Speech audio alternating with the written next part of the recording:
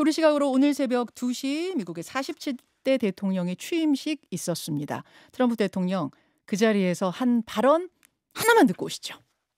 For American citizens, January 20th, 2025 is Liberation Day. 미국 시민들에게 오늘은 해방의 날입니다. 해방의 날 선언을 했습니다. 그러면서 미국의 황금기가 시작될 거다 이런 얘기도 했어요. 8년 전에 그랬듯이 트럼프의 이 취임은 미국의 최우선주의, 자국 우선주의를 중심으로 갈 거란 걸 선포하는 자리였는데요. 오늘 인터뷰는요. 조금 전 취임식을 마친 워싱턴으로 가보겠습니다. 취임식에 참석한 여야 우리나라 국회의원들이 한 10여 명 됩니다. 그중에 한 분 연결해보죠. 국민의힘 김대식 의원 연결돼 있습니다. 김 의원님 나와 계십니까? 예, 안녕하십니까. 예. 워싱턴에는 언제 도착하셨어요? 18일 날 도착을 해서요. 예. 특별 보좌관도 좀 만나고, 예, 그리고 오늘 취임식에 참석했다가, 예. 오늘 저녁에 이제 무도회에 참석하려고 지금 준비 중에 있습니다. 그렇군요. 예. 직접 초청장을 받은 분도 있고, 뭐 셀프로 간 분도 있고 그러시던데 김 의원님은 어떻게 가게 되셨습니까? 그 테드 크루즈하고요. 예. 존 코닌 상원 의원이 저를 초청을 했습니다. 네. 예. 직접 초청장을 받아서 예. 가게 된 국회 방미단의 일원이신데, 근데 도대체 날이 얼마나 춥길래 취임식 장소가 야외에서 실내로 바뀐 거예요? 오늘 날씨가 아주 뭐 살을 내리는 날씨였어요. 아니요, 체감온도는 한 20도 된 것 같은데. 영하 20도요? 예. 체감온도는. 그러나 뭐 실질적으로 온 거는 한 2, 3도 됐는데. 예. 체감온도는 한 20도 된 것 같아요. 예. 영하 실내로 잘 바꿨다 이렇게 생각이 됩니다.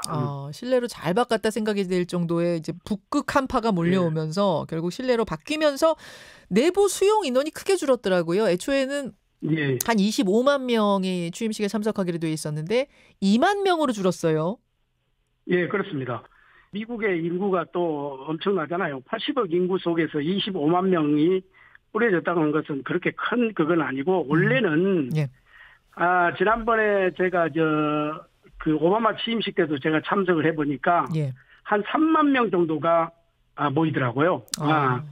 그런데 이번에는 그 2만 명으로 축소를 했죠. 예.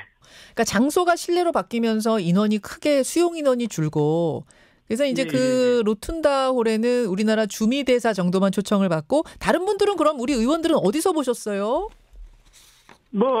지금 저하고 우리 나경원 의원하고 강민군, 조정훈 의원 4명이 캐피탈 원 아레나에서 봤습니다. 특별석 스위트룸에서. 그러셨군요. 분위기는 어땠습니까? 분위기는 이 새로운 리더십 출범에 대한 기대를 할까. 또 긴장감이 공존하는 상황이었고요. 특히 트럼프 대통령의 경제 외교 정책에 대한 그 관심이 굉장히 높았다 이렇게 보고, 많은 사람들이 트럼프 행정부가 세계 경제와 국제 질서에 어떤 변화를 가져올지 이게 촉각을 곤두세우는 그런 분위기가 아니었나, 저는 그렇게 생각을 하고 있습니다. 트럼프 메시지를 한번 보겠습니다. 우선 미국 최우선주의 기조에는 변함이 없는 거죠? 그렇습니다. 지금 더 일기 때보다 더 강해졌다는 느낌을 제가 받았어요. 첫 마디가 미국의 황금기는 오늘부터 시작됐다. 세계로부터 존경받게 될 것이다. 우리는 모든 나라로부터 선망의 대상이 될 것이다. 이런 것을 당당하게 또 이야기를 했지 않습니까? 그리고 이제 파나마 운하라든지, 멕시코 정책이라든지, 그린란드 이런 정책, 이런 부분은 이게 듣기만 해도 섬뜩섬뜩하는 그런 느낌이 들 정도였다고 볼 수가 있죠. 듣기만 해도 섬뜩섬뜩할 정도였다. 우리 입장에서 가장 걱정되는 건 어떤 걸까요? 우리가 제일 지금 문제가, 우리가 자동차 같은 경우에는, 우리 현대자동차 같은 경우는 미국에서 제일 많이 팔잖아요.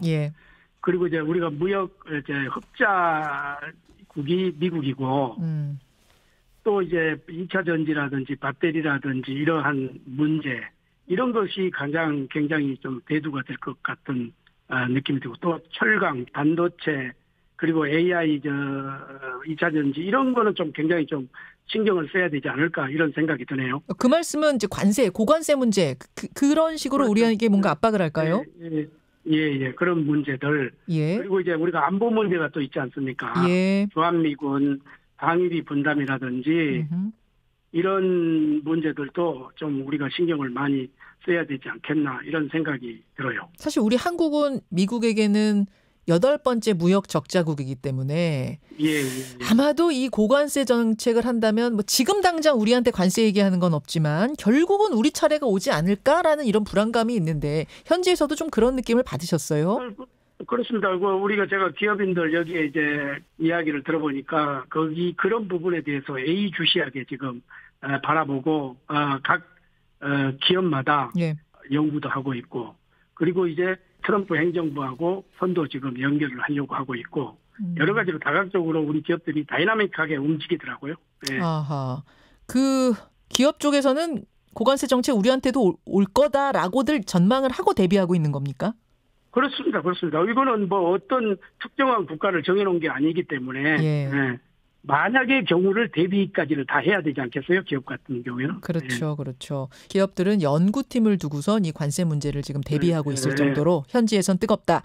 방위비 분담금에 대해서도 재협상을 요구해 올 거라고 보십니까?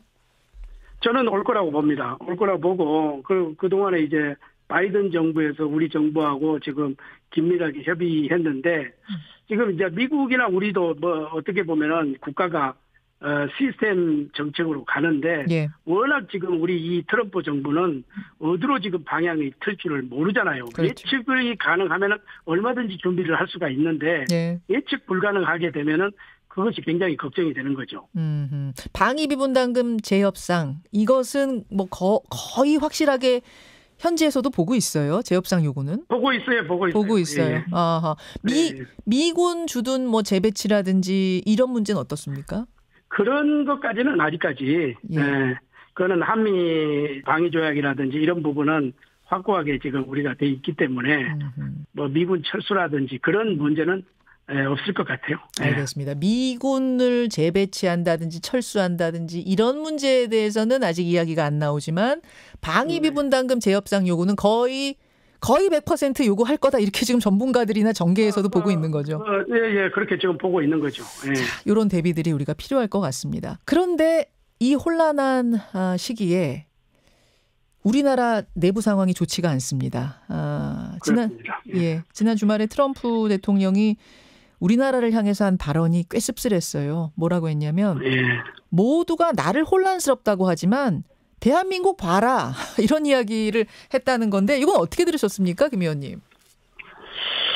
저는 뭐 하나의 예를 들었다고 보고 그만큼 우리가 참 미국에 와서 보니까 굉장히 좀 부끄러운 면도 많이 있습니다.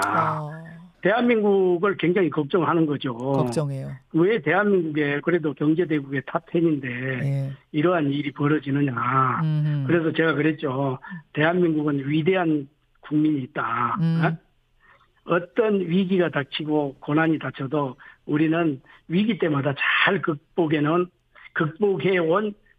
국민 아니냐. 그래서 대한민국 국민을 믿어달라. 한미 동맹에 대해서는 한치의 의심도 갖지 말고 우리를 믿고 앞으로 더욱 돈독히 하자. 이런 이야기를 할 수밖에 없는 거예요, 지금. 아하. 우리 국민들의 회복력을 좀 믿어달라. 미국 정치인들한테 그렇게 설명하면 뭐라고 답해요? 미국 정치인들은. 미국 정치인들은 상당히 긍정적으로 바라봐요. 한국 국민들이 어떠한 의지로 이거를 극복할 수 있는가 하는 그런 과거 지향보다는 미래 지향적으로 이렇게 질문하는 거죠. 왜 그러냐면은 우리가 지금 근현대사에서 보면은 엄청난 위기가 많았잖아요. 그렇죠. 그러면서 우리가 세계 경제 탑10에 오르고 미국의 기성세대들 그리고 미국을 이끄는 정치인들은 그래도 한국을 우방국으로 보고 굉장히 지금 그동안에 한국이 걸어온 길을 높이 평가한단 말이에요. 그런데 이제 갑자기 이런 일련의 이런 이런 그 계엄 사태라든지 이런 거 보니까 네. 더 이제 여기에 있는 분들은 좀 답답하죠. 한국이 어떻게 갈까? 그런데 한국은 법치국가고 질서 있게 잘 헤쳐나갈 테니까 너무 걱정하지 마라. 조야들을 만나서 설득하고 있다. 근데 이제 우리나라는 지금 이 내부적으로 혼란한 상황이다 보니까 이 중요한 시기에 트럼프 대통령 혹은 트럼프 대통령 측 인사와 직접적인 외교를 못하고 있는 거 아니냐, 소통 못하고 있는 거 아니냐, 이게 큰 걱정이에요. 우리 측은 어떤 노력들, 그러니까 정치인들 상원, 하원 의원 만나는 걸 넘어서 트럼프 대통령 측 인사들과 어떤 소통을 하기 위해서 어떤 노력들을 좀 하고 있습니까? 이제 미국 사회는 네트워크 사회입니다. 예. 인맥 사회가 이렇게 돼 있는데 저 같은 경우에는 아주 한 10몇 년 전부터 미국의 조야들하고 굉장히 좀 친분 관계를 유지해 오고 오늘 저녁에 이제 무도에 가서도 만날 거지만은 내일도 지금 23일까지 돌아가기 전까지 지금 계속해서 스케줄이 잡혀 있습니다. 그래서 이제 오늘 출범했으니까 새로운 이제 행정부의 이제 그 장관 내정자들도 좀 만나고 예.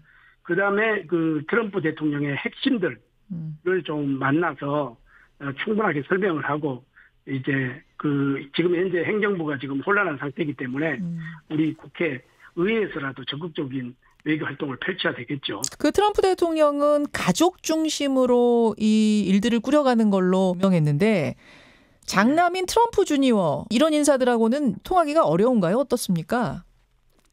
지금 제가 이제 내일 모레 정도에 가능하면은 만나고 돌아갈까 이렇게 지금 계획을 하고 있습니다. 예, 예. 어떤 일정들 앞으로 잡아놓으셨어요?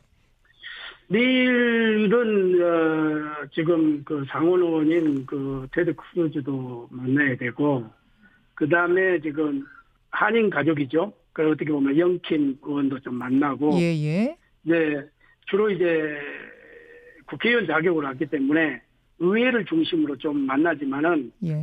행정 관료들도 조금 만나고 기왕이면 들어가려고 합니다. 알겠습니다. 예, 의회의 외교관으로서 오늘 역할을 좀 톡톡히 해주시길 부탁드리겠습니다. 예, 그렇게 하고 돌아가겠습니다. 예, 김대식 의원님 고맙습니다. 예, 감사합니다. 예, 지금 워싱턴 트럼프 대통령 취임식에 참석한 김대식 의원 만나봤습니다. 김현정의 뉴스쇼는 시청자 여러분의 참여를 기다립니다. 구독과 좋아요, 댓글 잊지 않으셨죠? 알림 설정을 해두시면 평일 아침 7시 10분 실시간 라이브도 참여하실 수 있습니다.